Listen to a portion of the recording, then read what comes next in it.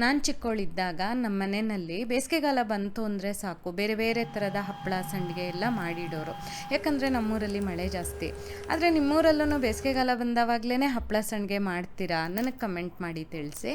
ನಮಸ್ತೆ, veg recipes of ಕರ್ನಾಟಕಕ್ಕೆ ನಿಮಗೆಲ್ರಿಗೂ ಮತ್ತೊಮ್ಮೆ ಸ್ವಾಗತ. ಮೊದಲಿಗೆ ಅರ್ಧ ಕಪ್ಪಷ್ಟು ಅವಲಕ್ಕಿನ ಒಂದು 10 ನಿಮಿಷ ನೆನೆಸಿಡಬೇಕು. ಅಂದಹಾಗೆ ನಾನು ಮಾಡ್ತಾ ಇರೋದು ಅರಳು ಸಂಡಿಗೆ. ಅರಳು ಅಂದರೆ ಇಂಗ್ಲೀಷಲ್ಲಿ ಪಾಪ್ಡ್ ರೈಸ್ ಅಂತಾರೆ. ಭತ್ತನ ಬಿಸಿಲಲ್ಲಿ ಒಣಗಿಸಿ ಹುರಿದು ಮಾಡೋದು. ಇದನ್ನು ಅಂಗಡಿಯಲ್ಲೆಲ್ಲ ಸಿಗುತ್ತೆ. ನಾವು ಅರಳು ಅಂತೀವಿ, ನೀವು ಏನಂತೀರ ಇದಕ್ಕೆ? ಅದನ್ನು ಸಹ ನನಗೆ ಕಮೆಂಟ್ ಮಾಡಿ ತಿಳಿಸಿ.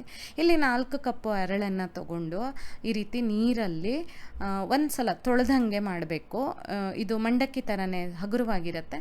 ಸೊ ನಾವೇ ಈ ರೀತಿ ತೊಳೆದಂಗೆ ಮಾಡಿ ನೀರನ್ನು ಹಿಂಡಿ ಒಂದು ಪಾತ್ರೆಗೆ ಹಾಕ್ಕೊಳ್ಬೇಕು.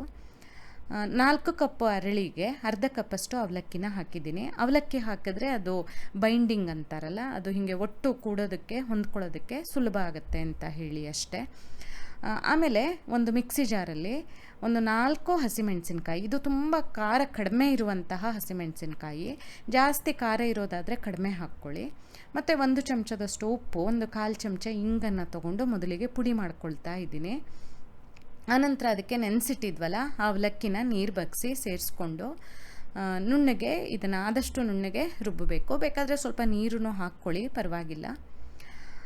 ಆನಂತರ ನೆನೆಸಿದ್ದಲ್ಲ, ತೊಳೆದು ಹಿಂಡಿ ಇಟ್ಟಿದ್ವಲ್ಲ ಆ ಅರಳನ್ನು ಹಾಕಿ ಪುನಃ ನಾವು ಮಿಕ್ಸಿ ಮಾಡಬೇಕು. ಆ ಟೈಮಲ್ಲಿ ಜೊತೆಗೆ ನಾನು ಒಂದು ಅರ್ಧ ಕಪ್ಪಷ್ಟು ಹುಳಿ ಮಜ್ಜಿಗೆನ ಹಾಕ್ತಾಯಿದ್ದೀನಿ. ಅರ್ಧ ಕಪ್ಪು ಅವಲಕ್ಕಿ, 4 ಕಪ್ಪು ಅರಳು, ಅರ್ಧ ಕಪ್ಪು ಹುಳಿ ಮಜ್ಜಿಗೆ, ಈ ರೀತಿ ಲೆಕ್ಕ. ನಮ್ಮಮ್ಮ ಹೇಳ್ಕೊಟ್ಟಿರೋದು ಇದು. ರುಬ್ಬೋಷ್ಟೊತ್ತಿಗೆ ಬೇಕನ್ಸಿದ್ರೆ ಸ್ವಲ್ಪ ನೀರನ್ನು ಹಾಕ್ಕೊಳ್ಬೋದು. ನೋಡಿ, ಈ ಹದಕ್ಕೆ ಇರಲಿ ಹಿಟ್ಟು, ಒಂಥರ ತಿಕ್ ಡ್ರಾಪಿಂಗ್ ಕನ್ಸಿಸ್ಟೆನ್ಸಿ ಅಂತಾರಲ್ಲ, ಈ ರೀತಿ ಸಂಡಿಗೆ ಹಾಕೋದನ್ನು ಚೂಟೋದು ಅಂತಂತಾರೆ. ನಾನೇನು ಇದರಲ್ಲಿ ಎಕ್ಸ್ಪರ್ಟ್ ಅಲ್ಲ, ನನಗೆ ಬಂದಿರೋ ರೀತಿ, ನನಗೆ ಎಷ್ಟು ಗೊತ್ತಿದೆಯೋ ಆ ರೀತಿ ಮಾಡ್ತಾಯಿದ್ದೀನಿ. ಬಟ್ಟೆ ಮೇಲೆ ಅಥವಾ ಪ್ಲಾಸ್ಟಿಕ್ ಶೀಟ್ ಮೇಲೆ ಅಥವಾ ಒಳ್ಳೆ ಕ್ವಾಲಿಟಿ ದಪ್ಪ ಇರುವ ಬಟರ್ ಶೀಟ್ ಮೇಲೂ ಹಾಕ್ಬೋದು. ಒಂದು ದಿವಸ ಆದಾಗ ಅದನ್ನು ಏಳ್ಸೋದಕ್ಕೆ ಬರುತ್ತೆ. ಏಳಿಸಿ ಈ ರೀತಿ ಒಂದು ಪ್ಲೇಟಿಗೆ ಹಾಕಿ ಮತ್ತೊಂದು ದಿವಸ ಒಣಗಿಸಿದ್ರೆ ಆಯಿತು. ಬಿಸಿಲು ಕಡಿಮೆ ಇದ್ದರೆ 3 ದಿವಸ ಒಣಗಿಸ್ಬೇಕೇನೋ ಗೊತ್ತಿಲ್ಲ. 2 ದಿವಸಕ್ಕೆ ನಮ್ಮ ಮನೇಲಿ ಚೆನ್ನಾಗಿ ಒಣಗಿತ್ತು.